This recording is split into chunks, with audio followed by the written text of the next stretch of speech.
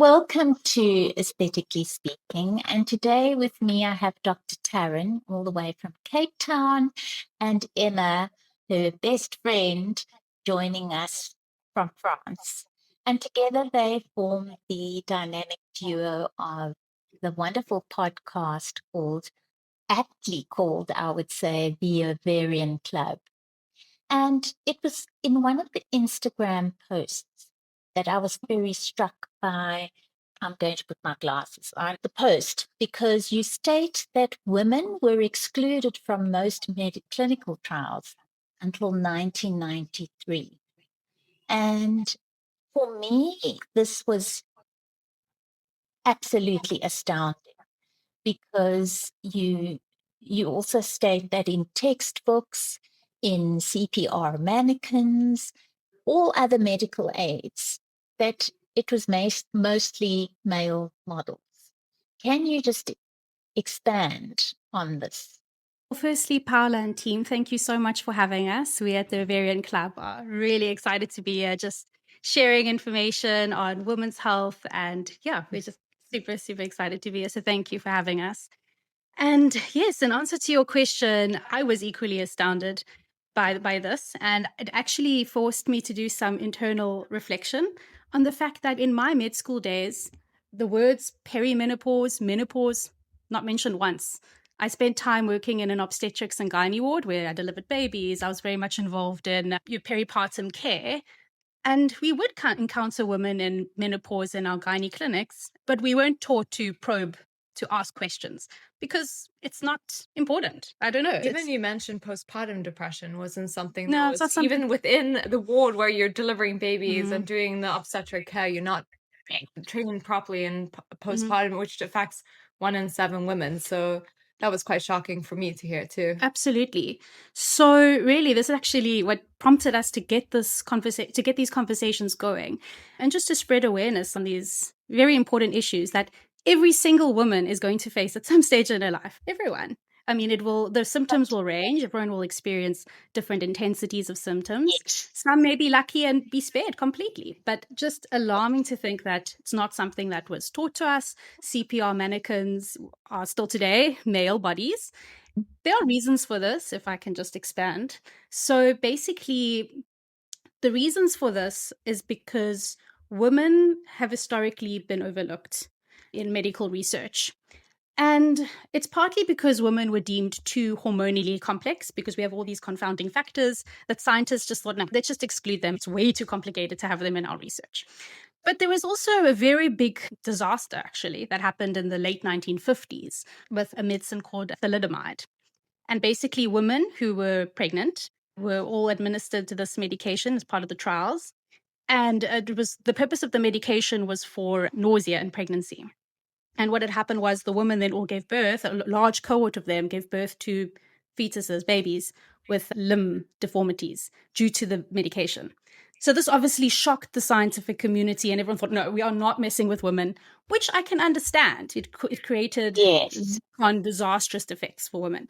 And so I think due to this fear, due to the bias in medicine that women are just small men anyway, so we might as well let's just leave them out of research. We'll just give them the same doses of medication and the same medical. So there are reasons. Some I think are valid. It makes sense that everyone was like really shocked and scared to work with women, but at the same time, we can never excuse completely leaving women in studies and medical research. As somebody who's been through a full disclosure, I'm in my 60s. Somebody who has been through perimenopause and menopause. I can tell you that on my grandmother's generation and my mum's, it was just taboo. Nobody spoke about it. There's no literature. I can safely say that my peers and I, in terms of wellness, abused our bodies in the 80s with funny dieting and complete too much physical exercise to the point of abuse. And then you go through having children and everything, and then all of a sudden you're entering perimenopause and menopause. But let's just go a little bit back and say, firstly, to give our audience some form of praise and commendation for being here with us, for wanting to know, especially young women. I think they are doing so much better than my generation. Firstly, I needed to say that. And then there are many women doctors that are talking about women's health, particularly perimenopause and menopause. And I'm very happy to say that, look, I've enjoyed good health. I've also developed very good lifestyle habits. So for me, my symptoms weren't too terrible. Okay. But could you go through, perhaps Dr. Tarryn, could you go through some of the symptoms that women face when going Okay. through Yeah. perimenopause? Yeah. So women, as they enter into perimenopause, all experience a diverse range of symptomatology, ranging in various intensities. So some might be lucky, like you, Paola, and not have terrible symptoms. Others just have it all. It's a very tumultuous time. It's almost reverse puberty. You can think about it like that, because that's exactly what your hormones are doing. As you enter the late 40s, early 50s, perimenopause typically can occur up to 10 years before menopause, which on average is at 51. So we're talking already, sometimes late 30s, but early 40s and going into late 40s, 50s. So as you enter into perimenopause, the levels of the hormones estrogen, progesterone fluctuate rapidly up and down. And in the meanwhile, in the background, slowly testosterone's dipping and dipping. And what this really causes is mood instability. So sometimes depression, anxiety, all of this pops up because it's almost like in puberty, as I said.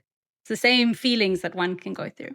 Then we also have hot flashes, which is the most common symptom that's reported. Yes.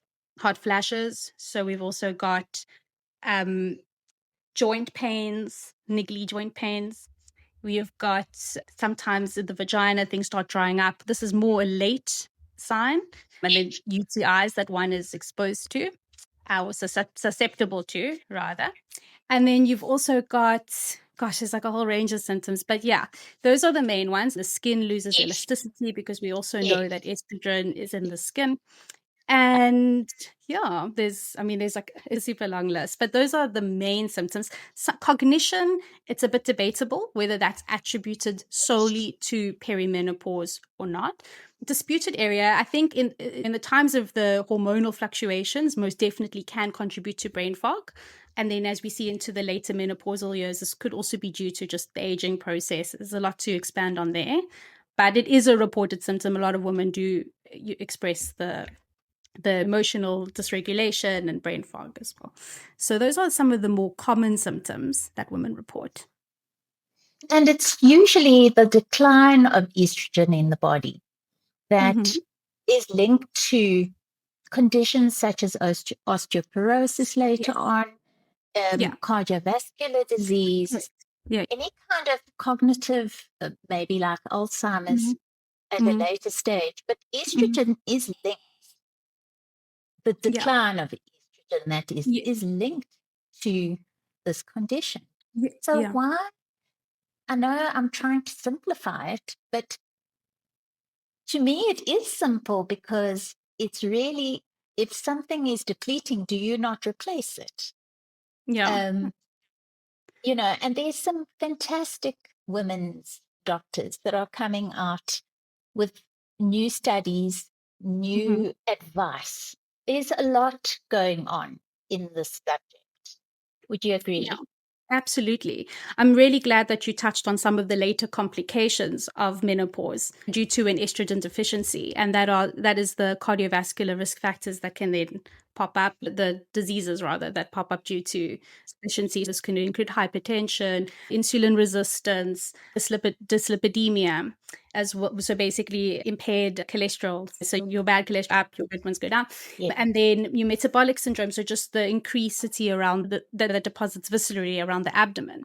So those are some of the serious complications. And then obviously your osteoporosis and sarcopenia, muscle wasting, all of those things. Very important to mention. And I think until recently, HRT, hormone replacement therapy, did not enter into the conversation. In fact, my mother in her 60s now also was completely, for her, it was considered a taboo. It's not something that I think was it's also discussed. there's so much misinformation because Yeah. of the clinical trials of Exactly. HRT that there's misinformation that Yeah. goes on, and people are saying, I heard an anecdote actually today. Someone was saying, oh yeah, they was talking to someone who's smoking a cigarette and saying, oh, I'm scared of getting cancer from HRT, so I'll never ever take that. And there's a lot of misinformation that has come out, and people are throwing it out and dismissing it, and with serious repercussions. And similarly, doctors are afraid to prescribe it. I can confirm. Doctors are terrified because we weren't taught about it in medical school. We're not familiar with it. I've had to do everything I've learned has come from my own research, finding doctor mentors, listening to friends, reading up on these things, because it's not, until now, it's not in our medical education. So we really need to do more as doctors to advocate for our patients, but also advocate for ourselves and learn when HRT is indicated. Of course, there are always contraindications, like with any medicine that we prescribe. So you can't just give to everyone. You have to make an accurate assessment of the patient, and you do some bloods, and you ask certain questions, rule out any contraindications, and provided it's not the case, HRT has been shown to be very safe, especially if you give it transdermally via patch, bypasses the liver, all those concepts of hearts and cancer. Yeah. So setting that aside, could we just touch on, I mentioned earlier that I developed some very good lifestyle habits as well, and you just spoke about smoking. So lifestyle, and let's bring in the 20 and 30 somethings here, even before perimenopause. You can start by taking care of your body in a form of exercise that you love. You can start looking at your food choices. All that serves as like building blocks to face. And I don't like really saying to arm yourself or to like it's going to be a war. It doesn't have to be. It really doesn't. But good lifestyle habits do set you up very well. And one of the things that I wanted to touch on is sleep. Sleep is getting a lot of, let's say, media attention because, and again, I don't want to take away from the 20 and 30 somethings, but particularly maybe the 30 somethings that have had babies that are maybe sleep deprived because of toddlers having disrupted nights.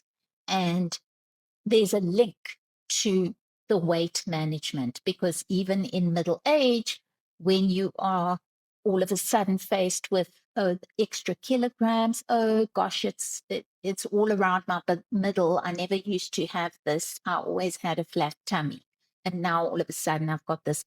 Is it linked to disturbed sleep? Should I take it? Yeah, go ahead. So the metabolic syndrome that can sometimes emerge, it doesn't emerge all the time, but it does pop up quite frequently in menopause, is largely attributed to the estrogen deficiency because estrogen has such an important role to play in glucose regulation. It basically facilitates the uptake of glucose into our cells. It also regulates our satiety hormones. It all has a role to play. I don't think we can blame sleep alone. It also has to do with the lifestyle factors as well. There's just so much to speak to on this subject. So we can't only blame sleep. However, I'm glad you mentioned sleep because sleep has a huge role to play.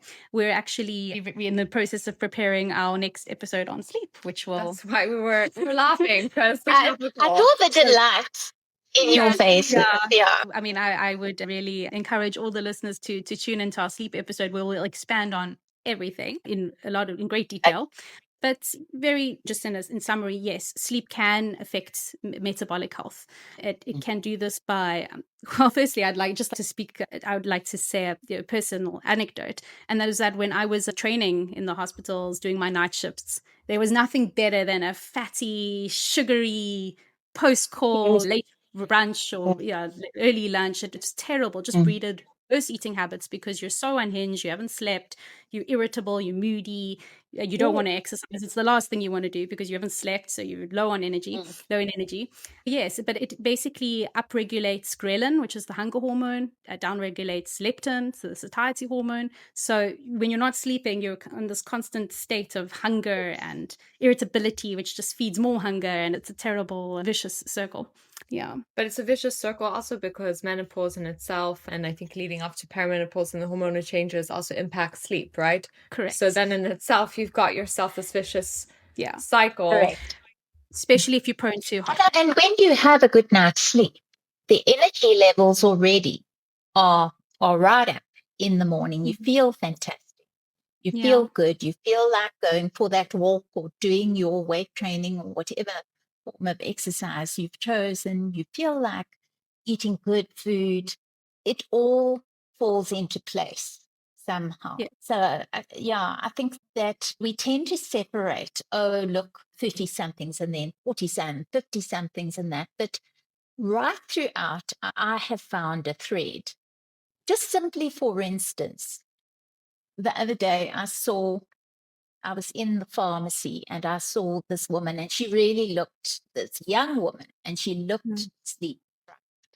And she was looking for a vitamin or whatever. And the attendant was showing her, these are prenatal. And she says, yes, that's what I used to take, but I'm not taking those anymore. Like, I've had my baby. I'm looking for something else. And I was desperate to run up to her and say, please carry on taking your prenatals, because this is the truth. I actually do take a prenatal vitamin, and I'll tell you why. Here it is. It contains vitamin A. Okay, let me read this to you. Okay. A, D, E, C, B1, 2, 3, 5, and 6, folic acid, calcium, and iron. Hooray. Yeah.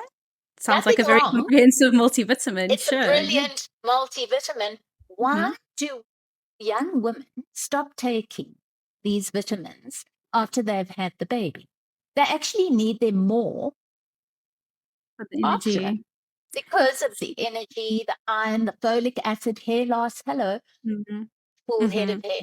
So it's the same for, I can tell you, it's the same for a menopausal woman who needs the calcium Yeah. and all the vitamins. Folic acid is great. But why stop?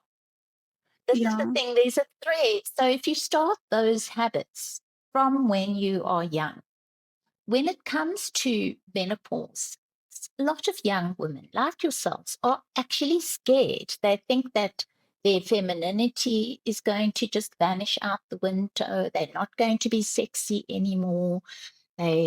Life is going to come to an end. And it doesn't have to if you replace what is missing and what is being depleted. And I'm not only talking about estrogen, I'm talking about a whole host of other things. Yeah. Can you comment on that? Sure. So look, I always say, just from a medical standpoint, if there's any concerns, always just check in with a healthcare professional. We can do your bloods, check the vitamin B12 levels, check the vitamin D, check the iron. It's more often than not, one is deficient. I can tell you now from clinical experience. I'm always alarmed at how deficient we are, and we're just not obtaining enough from the diet. It's just the quality foods we're eating. It's terrible. When it comes to recommending supplements per se, I'm always a bit cautious, just because the supplement industry is fraught with problems. We never know with a supplement how it's regulated. But just barring that aside, assuming it's a good quality supplement, it's passed all the trials, all the tests, whatever the regulations are, it's SAPRA approved, I don't get there being any harm. But I always would caution and say, just check your levels as well, just to know, are we deficient? Maybe you need more than a supplement. Maybe you need the therapeutic dose of vitamin D, not just your load 5,000 international units a day or a week or whatever it might be. So that would be my comments on that. Yeah. And then another question that is also linked to menopause is that 2/3 of Alzheimer's patients are women. That's quite scary. And what can we do to minimize the chances of us ever succumbing to this disease? Yeah. So again, also an alarming statistic. I was shocked when I started reading up on it. It's also something that runs in my family. So it's something I'm really taking proactive measures now in my present.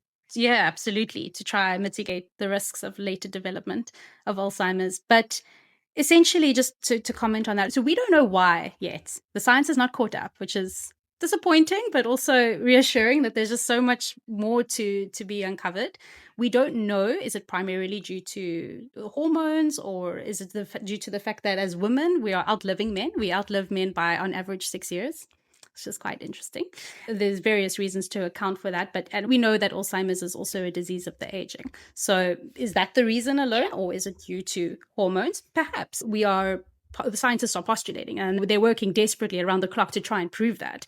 But I think the general lifestyle principles that you actually touched on so beautifully, we can expand on a few now, but the general lifestyle principles definitely apply. So maintaining a good diet, a consistent exercise routine, sleeping well, making sure your mental health is in check.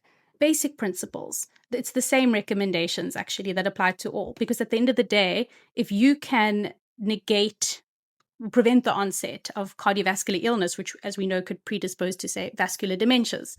If you could keep your body in a healthy state, you definitely lower your risk of developing Alzheimer's later on in life.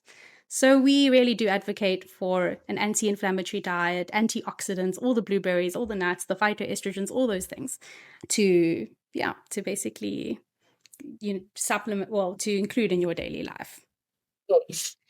And just to wrap up, I do want to just go back to what you said about check with your doctor. And this is where I think that as women, and I am generalizing, but as women, especially my generation, maybe not so much yours, but we were always expected to just put up with things, just to not complain. It's your lot in life. You're going to have a bit of pain. That's okay. That's part of being a woman. I don't agree with that at all. I just want to touch on how important it is to have a good relationship with a doctor that you trust, that listens to you, and that sees you on your journey in the right way for you, because each of us is unique.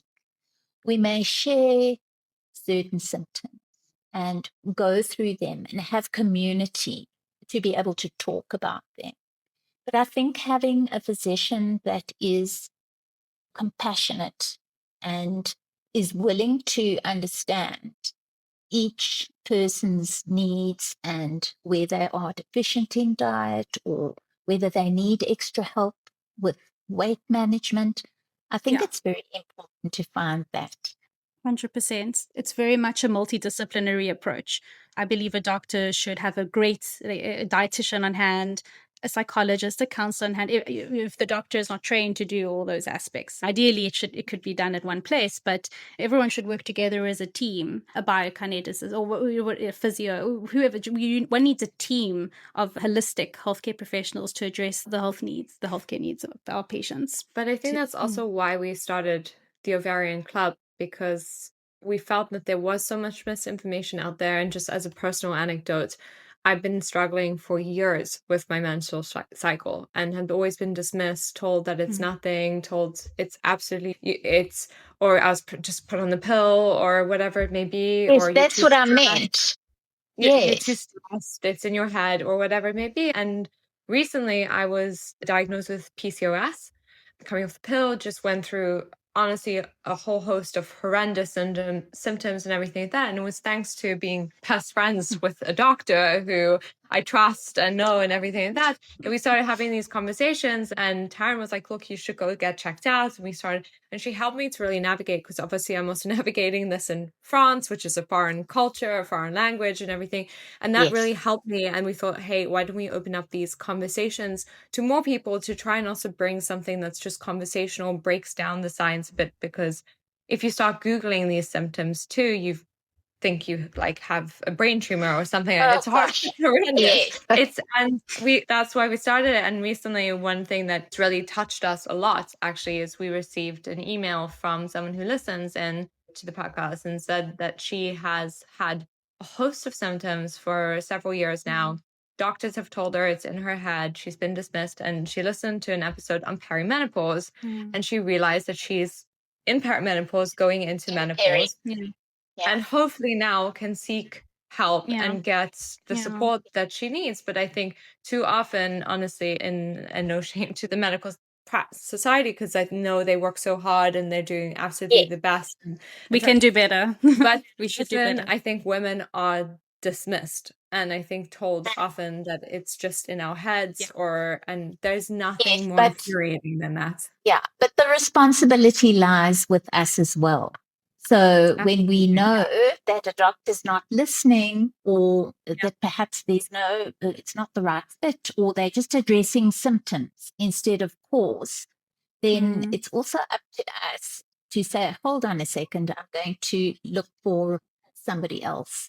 So all the women out there, let's keep that in mind. The responsibility lies with you as well.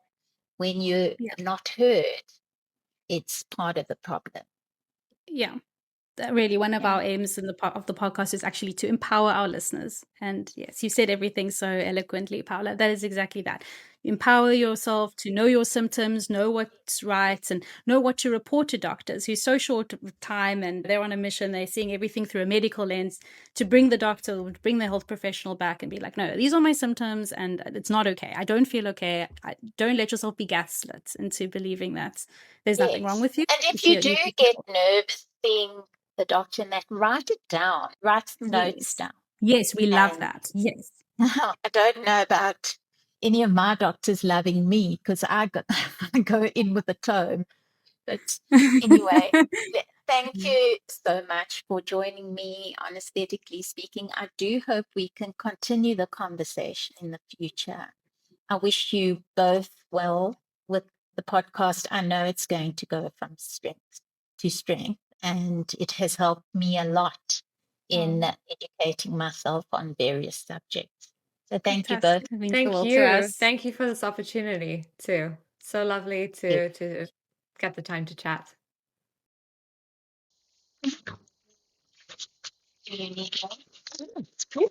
That was great, guys. Okay, great. Yeah, thanks so much. It was awesome. Yeah. It's such a great. Also, can't believe that you're 60. I also wanted to say, I was like, I really need your skincare and lifestyle tips. I'm like, my God. We'll get you on for an episode. Thank you to estrogen. All the symptoms Estrogen we trust. In that one little milligram every day. In estrogen we trust. Living proof.